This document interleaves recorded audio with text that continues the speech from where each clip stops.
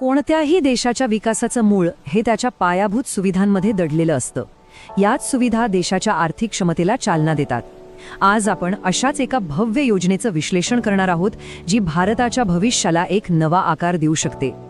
खरं तर हा खूप मोठा प्रश्न आहे, नाही का? पण याचं उत्तर कुठल्या तरी भव्य दिव्य घोषणेत नाही, तर त्या धोरणात्मक आणि पायाभूत गुंतवणुकीत आहे, जी देशाच्या प्रगतीचा खरा पाया रचते. आणि गंमत म्हणजे ह्या उत्तराची सुरुवात होते ती नकाशावर काढलेल्या एका साध्या रेषेपासून. हो, फक्त एक रेषा, जी संपूर्ण प्रदेशाचं किंबहुना पूर्ण देशाचं भविष्य बदलण्याची ताकद ठेवते. चला तर आजच्या या विश्लेषणामध्ये आपण काय पाहणार आहोत ते बघूया. आपण एका मोठ्या पायाभूत सुविधांच्या अपग्रेडपासून सुरुवात करू. मग कसारा मनमाड प्रकल्पाचा तपशील बघू. त्यानंतर ह्या एका प्रकल्पाच्या पलीकडे काय आहे ते समजून घेऊ. आणि शेवटी हे सगळं मिळून भारताचे आर्थिक कॉरिडॉर कसे घडवत आहे याचा आढावा घेऊ. आपल्या विश्लेषणाचा केंद्रबिंदू आहे तो म्हणजे केंद्र सरकारचा एक अतिशय महत्त्वाचा निर्णय. ह्याच निर्णयाने देशाच्या पायाभूत सुविधांच्या विकासाला एक नवी वेगवान दिशा दिली आहे. पण हे प्रकल्प इतके महत्त्वाचे का आहेत हे समजून घेण्यासाठी आपल्याला एक संकल्पना समजून घ्यावी लागेल: इकॉनॉमिक बॉटलनेक. सोप्या भाषेत सांगायचं तर ही एक अशी अडचण आहे जिथे वाहतुकीच्या कोंडीमुळे संपूर्ण विकासाचा वेगच मंदावतो. आणि हे नवीन प्रकल्प नेमके याच समस्येवर उपाय आहेत. चला तर मग या मोठ्या योजनेच्या अगदी केंद्रस्थानी असलेल्या प्रकल्पाबद्दल बोलूया. हा प्रकल्प आहे कसारा मनमाड रेल्वे लाईन, जो एका मोठ्या धोरणात्मक आराखड्याचा कणा आहे. या प्रकल्पाचा आवाका किती मोठा आहे हे त्याच्या खर्चाच्या आकड्यावरूनच लक्षात येतं. तब्बल 10,154 कोटी रुपये.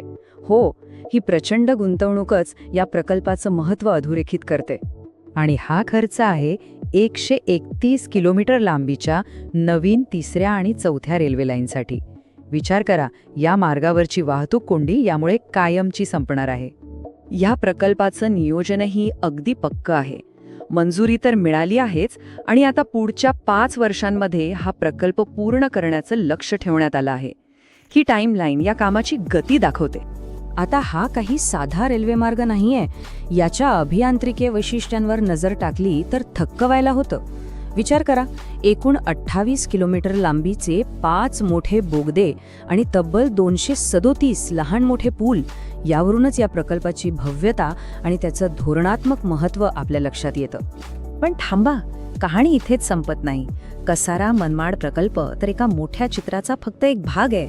सरकारने यासोबतच अजून अनेक मोठ्या प्रकल्पांना मंजुरी दिली आहे, आणि हे सगळे मिळून एक खूप मोठी आणि व्यापक योजना तयार होते.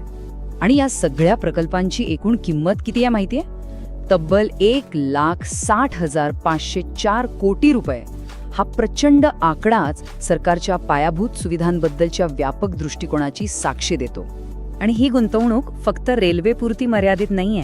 जसं की आपण पाहू शकतो, यात रेल्वे आहेत, मोठे महामार्ग आहेत, शहरांसाठी मेट्रो आहे, आणि स्टार्टअप्सना चालना देण्यासाठी आर्थिक फंडसुद्धा आहेत. म्हणजे महाराष्ट्रापासून ते दिल्ली, कर्नाटक, गुजरातपर्यंत संपूर्ण देशाचा विचार यात केलेला दिसतोय. ठीक आहे, मग या सगळ्या गुंतवणुकीचा, या सगळ्या प्रकल्पांचा भारताच्या भविष्यावर नक्की काय परिणाम होणार आहे? चला आता आपण त्याचं विश्लेषण करूया. सगळ्यात आधी तर रेल्वे नेटवर्क बघा. या नवीन प्रकल्पांमुळे देशाचं रेल्वे जाळं तब्बल 389 किलोमीटरनं वाढणार आहे. आणि यात एकट्या कसारा मनमाड प्रकल्पाचा वाटा 131 किलोमीटरचा आहे, म्हणजे जवळपास 1/3. पण आकडे फक्त किलोमीटरचे नाहीत, हे आकडे लोकांचे आहेत. या मोठ्या रेल्वे प्रकल्पांचा थेट फायदा तब्बल 97 लाख लोकांना होणार आहे, जे 3,902 वेगवेगळ्या गावांमध्ये राहतात. हा आहे या योजनांचा खरा परिणाम. आणि हे लक्षात घेणं महत्त्वाचं आहे की हे प्रकल्प सुटे नाहीत. यात एक धोरणात्मक समन्वय आहे.